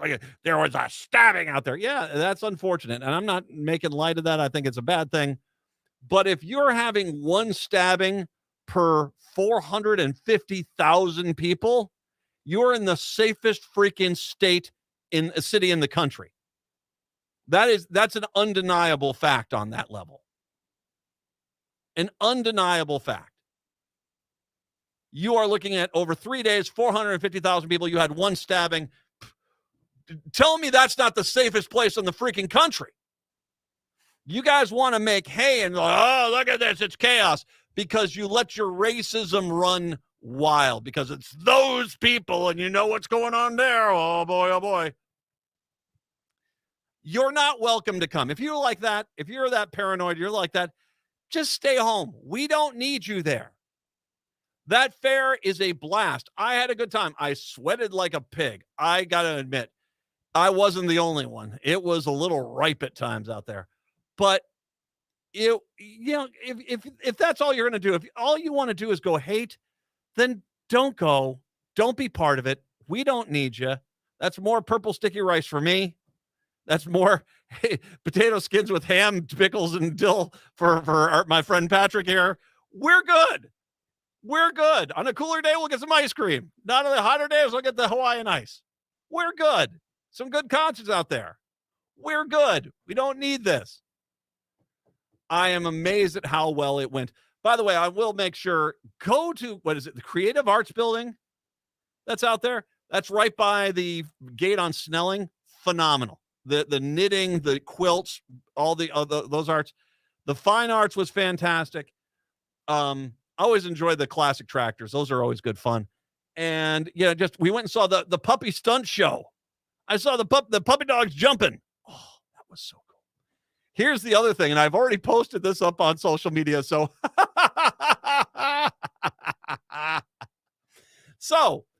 the first time we went by the DFL booth, I told you we went hiking up Machinery Hill. The first time I went past the DFL booth was about 8 o'clock that morning. It may have been a little bit early, like 7:45. At 7:45, there was already probably 35, 40 people in the DFL booth. I then walked back down towards where, we walked up Machinery Hill, came back down, went past the food building, went down to where International Market, but I specifically walked past the Minnesota GOP booth. It wasn't even open at that point. And as I walked past at 8:30, so about 45 minutes later, there's about 50 people in the DFL booth. When I went past the Minnesota GOP booth at noon, 134,000 people, there were maybe 20 people there. Maybe 20. The funnier side was to go over to the Royce White booth, which is down the street. It's kind of over by a little bit by the DNR building there, the DNR setup. There was one person at his booth. He says, his signage says, "The people are coming." I said, I hate to be a stickler, but isn't really a person has come there? It's one guy, dude. You're not exactly, making a massive movement within our society when it's one dude. There's no one there. There was no one there. There are some things that you can take a temperature of, and I get it. There's a lot of people that live out in these red areas that are not coming into necessarily come in for the state fair, whether it is their cow or their chicken or their crops. They didn't get picked for their local state fair, their little local county fair winner, whatever the case may be. I get it that some of these people don't come on down. But it's not like there aren't a lot of people coming in from the Republican parts of the metro, particularly the North Metro and maybe the far southwest, the far southern part of the metro down by Farmington. There are Republicans coming in to the state of Minnesota and coming to the Great Minnesota Get-Together. Either they're just not going or they just are ashamed to go. But I can tell you right now, you go past the DFL booth, as multiple people had mentioned to me after I posted those photos, is that yesterday, Saturday, Friday, today, that booth has been packed to the gills. And I think they actually released a statement saying their annual merchandise sales has already been exceeded in the first day or two of the fair. It is remarkable. It is absolutely remarkable. The excitement is on the DFL side right now in Minnesota. And there is none excitement for the Republicans. I mean, well, okay, 20 of you showed up. One person showed up. So I can't say zero, but it might be just less embarrassing if I said zero. 952-946-6205. I specifically want to come back and I want to address something with Royce White when I do return. It is the Matt McNeil Show right here on your Monday. Put a record on. I want to dance with my baby. Hi, this is Paul Metza.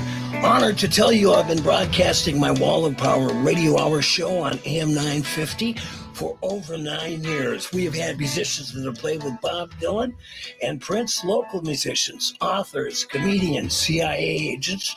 My motto is cool people from all walks of life in all 50 states. It airs every Saturday night at 6 p.m. on AM 950, the progressive voice of Minnesota. Hi, Matt McNeil here. I've had people ask if my son Charlie took our RAV4 from Rudy Luther Toyota on a cross-country road trip, and indeed he did. He headed west and saw the national parks of South Dakota, Montana, Utah, California, Arizona, Colorado, and then back home. He drove 5,000 miles. The RAV4 performed great, and he had a fantastic time. Not only was the RAV4 great on long highway stretches, but it easily handled the back roads too. And with the RAV4 hybrid, the fuel efficiency was incredible, saving him a ton. Test drive the RAV4 today at Rudy Luther Toyota, 5 miles west of Minneapolis on 394. Hey, it's Patrick. This is one of everybody's least favorite things to hear, but we're heading into the home stretch of summer. Back to school is right around the corner. Those final sleepovers are going to be taking place. It's time to call Mike Cleaning Heroes at Zero Res for a reset before we head into the fall. If you haven't tried Zero Res or it's been months since your last deep carpet clean, now is the time to call. Right now, you can get your entire home zero resified for Minnesota's ultimate carpet cleaner and get 3 rooms zero resified for just $119. Along with that great deal on carpets, it's also a great time to get the summer crud cleaned out of your air ducts. Zero Res is taking 20% off any air duct cleaning this month. And don't forget about your dryer vents while you're at it. Zero Res has a 4.9 rating on Google reviews. Schedule your appointment at ZeroResMinnesota.com or call 952-ZERO-RES and ask for the AM 950 special. Backward or forward spells the same. Zero Res. Hi, I'm Mary T, inviting you to experience our integrative Mary T Health and Wellness Center, offering physical, occupational, speech, and lymphedema therapies. Experience our guided imagery, meditation, Tibetan medicine, dry needling, massage services, including cupping and oncology massage. Sign up for our free wellness screenings and learn more at marytwellness.com. All major health insurance providers are accepted. Come for therapy, experience wellness. Step into a world of financial empowerment with the Do Different Better show. I'll be your host, Elaine Rasmussen. Join me Sundays at noon on AM 950 as we do a deep dive into wealth education with topics like investing, real estate, and entrepreneurship. No nonsense, tell like it is, keeping it 100 for everyday people like you. Tune in to get practical insights to rewrite your financial future. So each Sunday at noon, let's do different better. You can hear Do Different Better anytime on your favorite app. Learn more about me at socialimpactnow.com.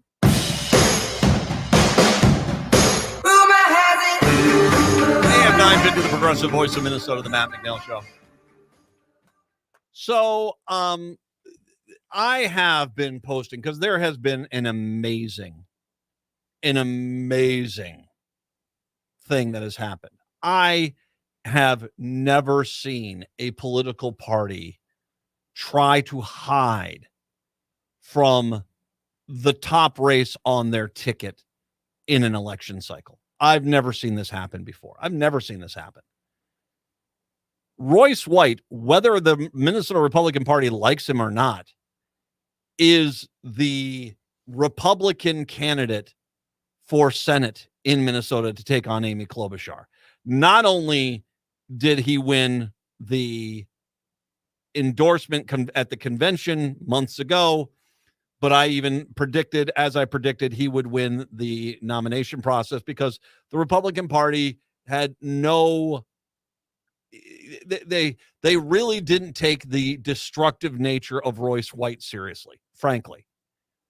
And so they should have rallied the troops and got as much money. And they probably could have won that primary, but they kind of got rid of it because I think the mentality is that they ignore it. And Royce White is truly a horrible, horrible, horrible, horrible candidate. Watch him on Last Week Tonight. John Oliver dismantles him and a few other of the unbelievably bad Republican candidates this time around.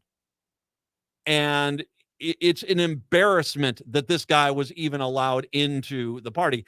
And frankly, it shows you how much the clown car controls the clowns now, that the Republican Party is now saddled with this guy. I brought up, starting, I think it was on the Thursday after the primary, I noticed that the Minnesota Republican Party, neither on their Twitter page or their Facebook page, had recognized Royce White as their Senate candidate. Not once. Not once. And I was a little stunned by that. I don't think it's too hard to understand that would seem to be, I mean, once again, I understand this might not be the person you wanted to come to the dance with, but you're at the dance with them now, and you're going to have to dance with them.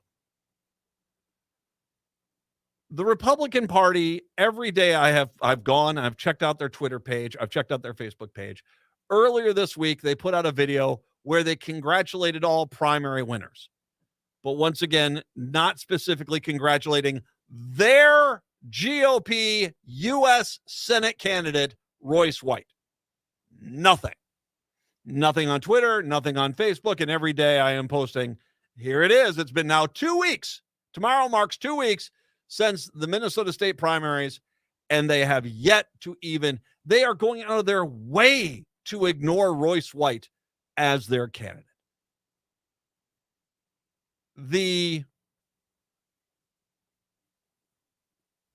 Pete Stauber, the Stubby, as I like to refer to him, the Minnesota 8 Republican congressman, was asked about him. He could not throw him under the bus fast enough. I'm not talking about the Senate race. I don't know anything about the guy. I'm focused on my race. By the way, Pete Stubby, you're a coward. You're a coward, man, Stubby. I'll say that to your face, too. Just a coward running away. Not Royce White.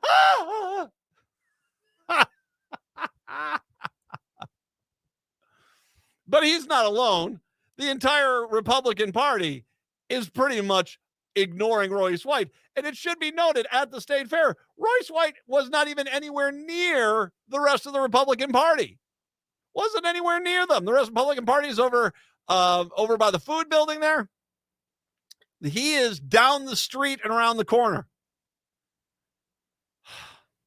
When I looked into their booth, I did not see anything about Royce White. I'm not saying there wasn't something in there, but I didn't see anything. Once again, I started having dry heaves once I got too close to the gate of the Minnesota GOP, so I turned around. I had potato skins I needed to go eat. Now, Royce White challenged me and said, why don't you have me on the show? And initially I was like, yeah, sure, I'll have you on the show. And just a little bit of background for you. When it comes to FCC licenses, if I interview someone, I have to open up the doors for everyone else. So basically, if I interview Amy Klobuchar, well, then anyone that's in her race, by FCC rules, I have to give them equal time on my show to interview them there. That still is a rule out there, although it clearly doesn't seem like many other places are too focused on that when it comes to rules. I mean, how many times do you see news outlets cover, Trump, speeches in their entirety, and we'll play a quick blurb of a Harris speech? For God's sakes, the AP News, the crap AP News, the crap AP News on this station at the beginning basically reported a Trump talking point as news for the top story. But Donald Trump is trying to make hay about Afghanistan with Kamala Harris. Come on, man. That's just straight from their marketing department right into your news feed. Shame on you.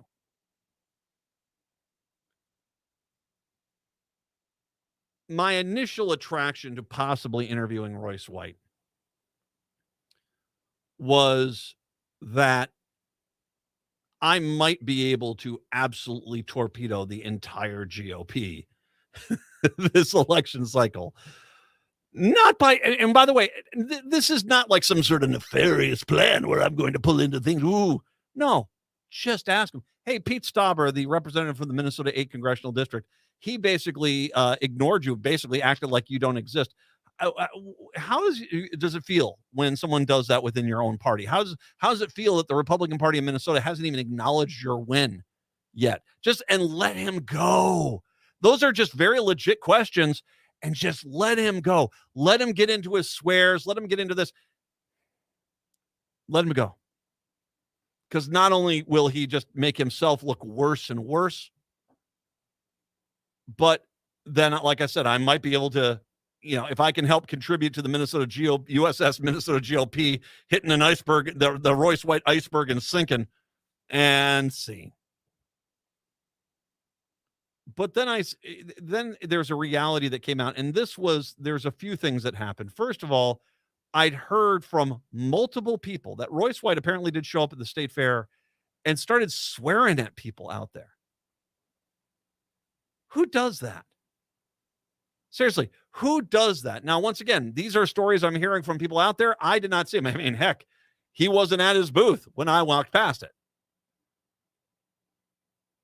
But somebody questioned him, and he started swearing at people. Families are there at the state fair, going over to the DNR building, going over to what is it, Playland that's over there. And here he is swearing. If that story is true, what's wrong with this guy? I mean, seriously, what is mentally wrong with you that you think that that's appropriate behavior anywhere outside of a strip club, sir? But then it started sinking in on me. His own party isn't taking him seriously. Seriously. The Minnesota GOP isn't taking Royce White seriously. They're ignoring him. They're shunning him when asked about him. Like I said, Stauber couldn't run away fast enough from him. They're terrified of having to justify him as the Republican candidate, which, by the way, every freaking news person listening to me right now, why are you not asking that question to him and to Fishbach, to the Beeve down in one, to Stubby, to every Republican? Why are you? Because that's their candidate. And you may want to give them the mulligan and let them separate out, but that's not your job. And for all you news people out there, there is not a chance in hell that if there was a Democratic candidate as bad as Royce White on our ticket, that you would not constantly be asking every Democrat about that candidate. That is who you are. It's safe for you to do that. But here you are trying to find ways to not ask them about their endorsed and primary victory candidate for U.S. Senate. You guys are doing your best to help the GOP not have to accommodate and answer the question of Royce White. Shame on you. Because I guarantee you, if it was a DFL candidate that was that bad, you'd be, can I get another comment about this guy? You would be hounding every Democrat in the state. You would be. Stop acting high and mighty. You would be. You would be demanding that answer. But yet it's the Republicans, and, well, I don't think it's my responsibility to make them answer questions for their own party. You want to even ask Tom Emmer that, and he's a senior leader within the Republican Party. Shame on you. That's the cowardice of the state news media right now. That is the cowardice why you guys are not out there. But if you're not treating Royce White, the party's not treating Royce White, I don't have any obligation to get him on because I haven't had Amy Klobuchar on the air. And I don't know if I will because, frankly, she's going to win this thing. They'll call this race in October because he's that bad.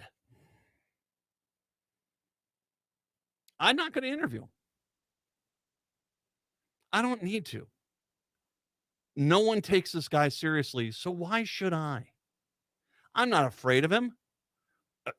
The only thing I'm concerned about is his language he would use, but we'd already thought about we would record him in advance and have the entire interview ready in case anyone, to post it out there, because obviously he would, would have a problem. But you see, I can't trust him. I can't trust to bring him on the air during a live show because swearing, if his stories are true about what he said at the state fair, I'm not going to jeopardize the station's license.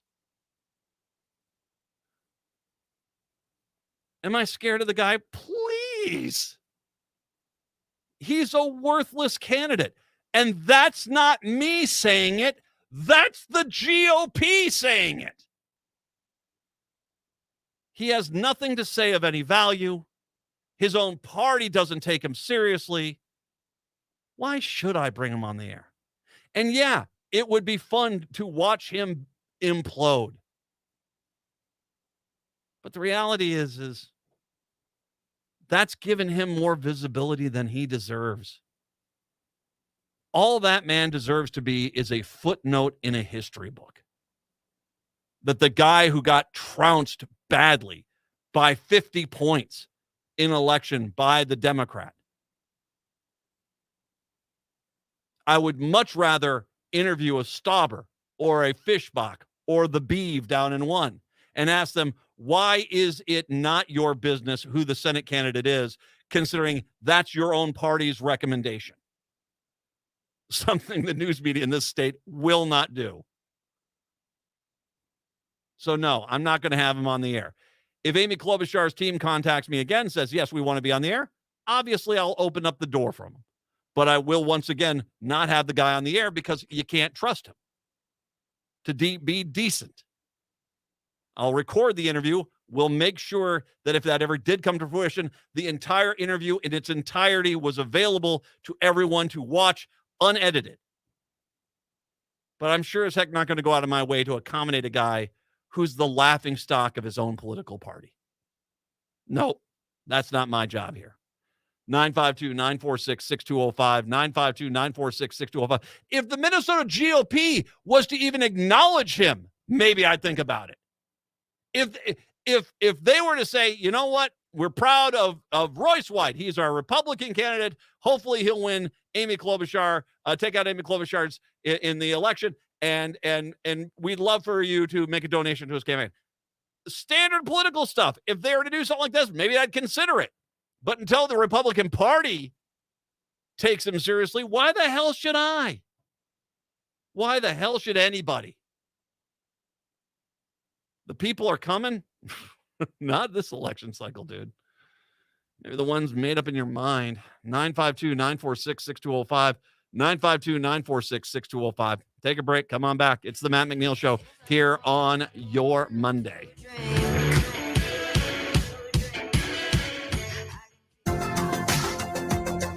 I'm JP Debragosian, host of The Gaily Show, celebrating LGBTQ culture and entertainment from Minnesota and beyond every Saturday afternoon at 2 p.m. Coming up this weekend is the Duluth Superior Pride Festival. This 4-day event kicks off on Thursday with the mayor's opening reception, which is free, starts at 5 p.m., and will be at the Duluth Depot. There are a lot of events over the entire weekend. Here are a few that caught my eye. The mayor's opening reception will feature not only Duluth Mayor Roger Reiner, but Superior Mayor Jim Payne, Two Harbors Mayor Lou Connor, and representatives from the surrounding communities. On Friday, there is an art exhibition called The Gayest Art Show Ever, which will be at the Prove Collective at 10:15 a.m. There will be a youth pride dance at Lifehouse's Imaginarium from 5 to 8 p.m., and the Liberace and Liza show will be at the Duluth Depot Theater at 7 p.m. on Friday. And then the main event. The Duluth Superior Pride Festival at Bayfront Festival Park kicks off at 11 a.m. on Saturday There will be hundreds of vendors, live entertainment all day, food trucks, and family fun activities. That night, there will be a Duluth Flames Saturday Pride drag show at the Duluth Flame nightclub at 10 p.m. And you can't have Pride without a parade. On Sunday, the parade will be on Tower Avenue in Superior, Wisconsin. It starts at 1 p.m. Coming up this Saturday at 2 p.m. on This Queer Book Saved My Life, it is a special crossover episode with the podcast The Sewers of Paris. Host Matthew Baum and I get into the Phantom of the Opera and Harriet the Spy. After that, on The Gaily Show, my guest will be Keiko Lane, whose new book is Blood Loss, a love story of AIDS, activism, and art. So tune in this Saturday at 2 p.m. For now, enjoy this hour of The Matt McNeil Show. The place for live music is the Park Tavern. Live music is taking over the Park Tavern's dog-friendly patio. Head over on Tuesday, August 27th, it's Robert Bozich. Wednesday, August 28th, it's Carl Davis. And on Thursday, August 29th, it's Three Dragons and Friends. Music runs from 5:30 to 8 p.m. and reservations for groups of 8 or more are highly recommended. And the Park Tavern offers private and semi-private spaces for small and large groups with no room fees and no minimum spending requirements. On Louisiana Avenue, north of Highway 7 in St. Louis Park. Live music and outdoor fun are back at the Park Tavern.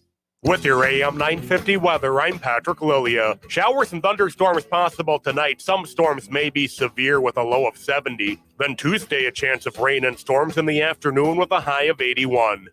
The hottest music in the Twin Cities can be found at Crooner's Supper Club in Fridley. Crooner's is off Highway 65, just north of I-694. Visit their website at croonersmn.com.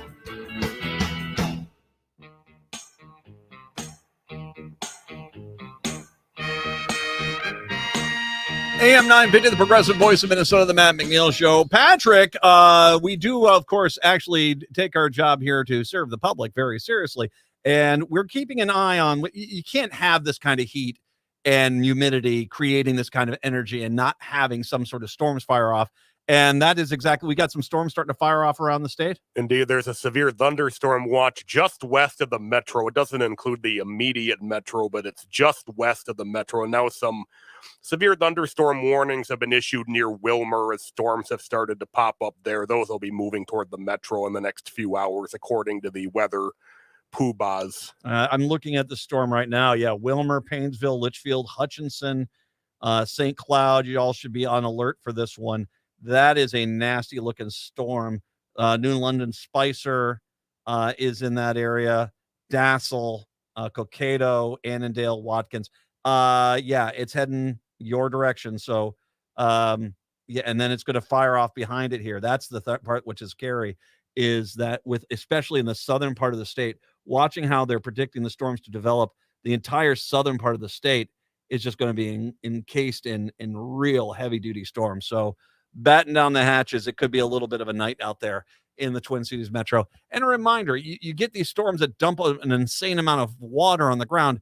Be careful. If you see standing water on the roads, just, be careful out there. Be careful at the fair if you're out there as well. I've always found building yourself a fort of Pronto Pups. There's a lot of benefit to this. I mean, it just, but what you need to do is spackle both sides. You know how they do the mustard and the ketchup on both sides? You need that so you can build. Okay. It's a construction thing. I'll put out how to do this at some point. All right. 952-946-6205. I'm a veteran. I am a veteran of the U.S. Army. My brother was too, as a matter of fact. We're both vets, U.S. Army. And nothing makes me angrier than when people attack military service. Walls served 24 years in the National Guard. I'm pulling this out. This is from The Reformer, an excellent piece. And I'm going to guess Cooligan's going to talk about this tomorrow with Brett when he does his usual weekly visit. He takes on some of these attacks that are coming after Governor Walz from the Republicans as they try to make hay. And they try to turn, and by the way, it should be noted, they are trying to turn Walz into a liar, which he is just not. He's one of the more honest guys you will ever meet. They're trying to do this as they themselves have embraced the greatest lying sack of crap you have ever seen in your life in Donald Trump. A guy who every speech lies 100 times or more. That's their guy. But yet they try to make it seem like, and it makes me angry when the media goes along with them, make it seem like Trump is this noble little critter and everyone else is bad. No, the liar is Donald Trump. These attacks are outrageous on Governor Walz. Walz served 24 years in the National Guard. At 20 years, he was entitled to retire with a pension. He's been attacked, including by a few members of his unit. I'll get back to those scumbags in a second. I can say this because I'm a veteran.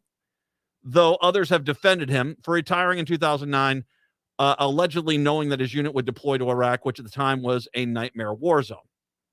So once again, he put in his request to resign when he started running for the Minnesota 1 House seat.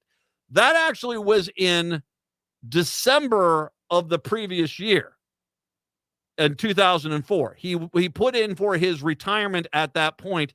His retirement was granted, I believe, in May of 2005. The orders to deploy came down in June of 2005. So there is no there. And anyone that says different, you're a lying piece of crud. And if you're one of these veterans, I'll get back to you in a second. You disgust me, veterans, putting a political party ahead of the honorable service of a veteran. How dare you? And if I can make my way, I'm going to make your lives miserable for this attempt to try to disgrace an honorable veteran for political reasons. Can I ask, did you guys get paid for this? Is this what it is? A few bucks? Is that all it takes for you to disrespect someone's military service? I'm asking. That's the question I'm asking. I don't know. But I saw this with John Kerry. And once again, there was nothing that infuriated me more than after the 2004 election. When John Kerry had lost, all of a sudden, Cheney and Rove, who were the biggest pushers of stolen valor by Kerry, were the first ones that came out. I don't know why anybody's questioning this guy's military service. He's an honorable veteran. How dare anyone do it? And you find out that those guys were the ones who paid those hit job veterans who, if there's any consolation prize, those guys were blacklisted from military events service. They were blacklisted for putting politics ahead of John Kerry's military career. And as a matter of fact, I saw an interview with one of them in 2005. It's like, I was being encouraged to say this by Republicans. I didn't really know it was true or not. I shouldn't have said anything. You should have kept your mouth shut then if you didn't know if it was true or not. He was running for Congress, had a young child, and then he retired. There's nothing dishonorable about retiring after you put in your 20 years. And that's one of the things, too, is he put in his time. He retired before the deployment. He was running for political office. He completely retired before those orders came through. What is your problem? Republicans also attacked him for claiming he was in combat, based mostly entirely on one comment during a 2018 gun control discussion when Walz said he carried a weapon of war in war. Now, he didn't say he carried it in combat. He carried it in war. The Harris-Walz campaign acknowledged that he misspoke. In my experience, however, the actual fabulous do this kind of thing more than once, have a whole narrative of lies, whereas you get an impression from Walz that he served in combat. He never said he served in combat. He said he carried a gun in a war zone, which he did, but he wasn't in a combat situation. I don't have any problem with that. New York Times talked to 4 veterans who investigate claims of stolen valor. All 4 said they did not believe Walz engaged in any stolen valor. But he might have misrepresented his record at times, or at the very least was not always been precise. All right, so he wasn't precise. He's not one of these guys that's walking through the mall when they have Veterans Days at a mall, in a shopping mall, and they put on a fake uniform and, have all these lies. No, he's not doing that. That's what they want to try to make it out to be. It should be noted that Chris LaCavita, who is the campaign manager for Democratic President Donald Trump, is personally responsible for the 2004 Democratic presidential nominee John Kerry attacks. To these so-called veterans who have used their 15 minutes of celebrity to try to attack Governor Walz for his honorable military service, screw you. From a veteran to you, screw you. You're never going to wash this stink off you. I personally hope we could run you out of the state, frankly, because you disgust me. You disgust a lot of veterans because you have placed politics over honorable military service. You are horrible people. And like I said, I mean, were you paid for this? I'm asking that question. Were you paid to basically disrespect a veteran? Or is it just because Trump? And so there's nothing sacred to you. Can I ask you this? Do you go to the military cemetery of Fort Snelling and urinate on the headstones out there? Because it's basically what you're doing right now. I'm just asking the question. I'm asking the question. Jerks. I'm saying this as a veteran myself. And hey, I wasn't the greatest military guy, but I sure as heck respect the people that did serve. And I sure don't say, oh, my politics tells me I have to hate this guy. No, I don't know what your motivations are. I'm asking the question. Did you get paid to do this? I don't know. Is this just you love Trump more than you love veterans? I'm asking the question. Do you go out and go to the bathroom on headstones at Fort Snelling? Because that's what you're kind of trying to do right now to Governor Walz, you disgusting creatures. If I have the chance to confront one of you, trust me, I'm going to do it, and I'm going to do it with a full, loud voice.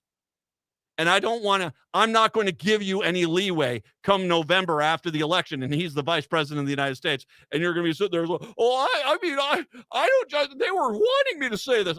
You better not be doing any of that, because I guarantee you I will hammer down on you fast. And to any military service organization that's willing to console and comfort this kind of veteran on veteran attack, shame on you. Shame on you. The man served honorably. And as once again, people who are out there who basically spend their lives trying to out stolen valor do not believe he has tried to do that. And what was the impression? What's the term that they use? They basically that he what was the term? They said they believe he maybe he's not always been as precise, but they do not believe he conducted any stolen valor. I should mention he also did get the rank of Command Sergeant Major, despite some plays going back to 2006 campaign for Congress. He retired the lesser Master Sergeant rank because he was neglected to do some necessary coursework, which is a common thing. If you've ever served in the military, you know to get certain ranks, you have to get that. He can get awarded the rank, but if he retired before he finished the actual classwork, that even though he was awarded the rank, that he was going to retire at a specific rank, that's not stolen valor in any capacity.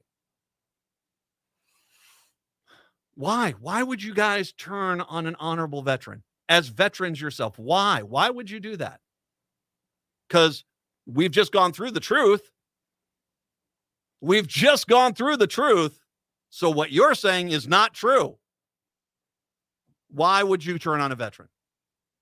952-946-6205, 952-946-6205. I'm just asking questions.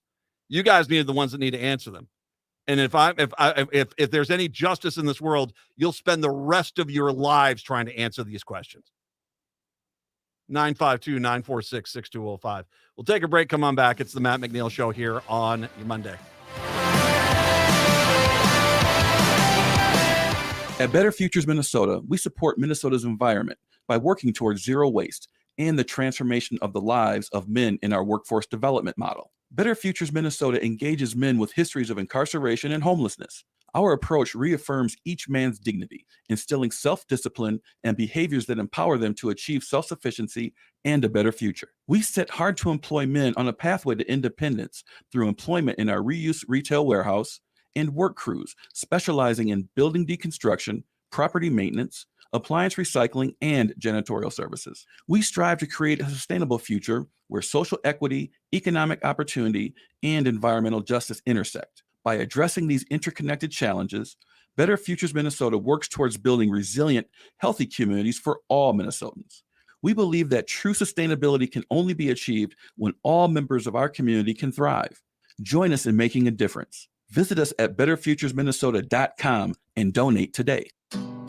Hey everyone, this is Ellie Krug, the host of Ellie 2.0 Radio Podcast. I'm here to remind you about the Carver County Pride Festival on Saturday, August 31st from 11 a.m. to 6. The festival will take place at the Carver County Fairgrounds in Waconia. It's a family-friendly event for all ages. We'll have face painting for the kids, yoga, live music, drag bingo, and more than 50 vendor booths. The event is free, so please come. Check out the Pride Festival on August 31 in Waconia by Googling Carver County Pride Festival 2024. I hope to see you there. Hey, it's Patrick. This is one of everybody's least favorite things to hear, but we're heading into the home stretch of summer. Back to school is right around the corner.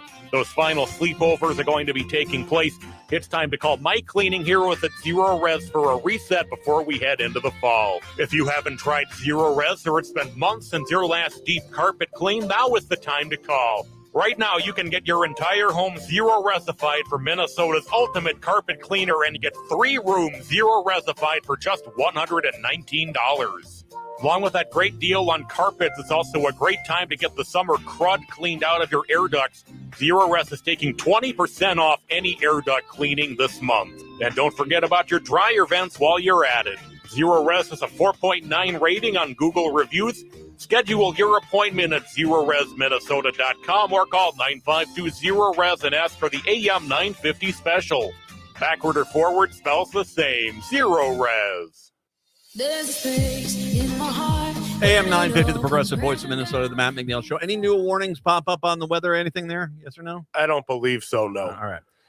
If anything does come in the next few minutes here, let us know really right away. Be careful. Just anticipate some storms coming in tonight. With all this energy in the atmosphere, you're going to get that. The Axios had a story here about many school districts have already adopted formal policies about restricting cell phone use, limiting students' mobile device usage well ahead of the March deadline for new state law that requires district leaders to spell out their rules. Educators, officials, experts are alarmed with phones that are feeding epidemic levels with youth anxiety, loneliness, and sleeplessness, as well as undermining schools' roles in teaching face-to-face social skills. The reason why during the pandemic, I started taking my kids out into the parks was because I could see that cab coming when it was, and it was one of those things where my wife and I were obviously paying attention in the news. What was the latest with COVID? What's the latest concerns? What are we supposed to do? Where can I find a 50-gallon drum of sanitizer? Stuff like that. I could see these kids just basically sitting in their rooms and looking at phones. And so that's one of the reasons why we started walking in parks, is because to get the kids out of the house. And it was scary because I knew a lot of parents who just say, yeah, all my kid does all day is on the phone. And what am I supposed to do? I'm like, get him off the phone, tell him to read a book. And that's what we did install that, at least in our house, where they had to read a book and had to get out of the house on a regular basis. And they did. They were out on their bikes. They went hiking. They went running. It's what you had to do. And now, unfortunately, the consequences of that of phone use is you have kids who can't sit through a school day or even a class without constantly checking their phone.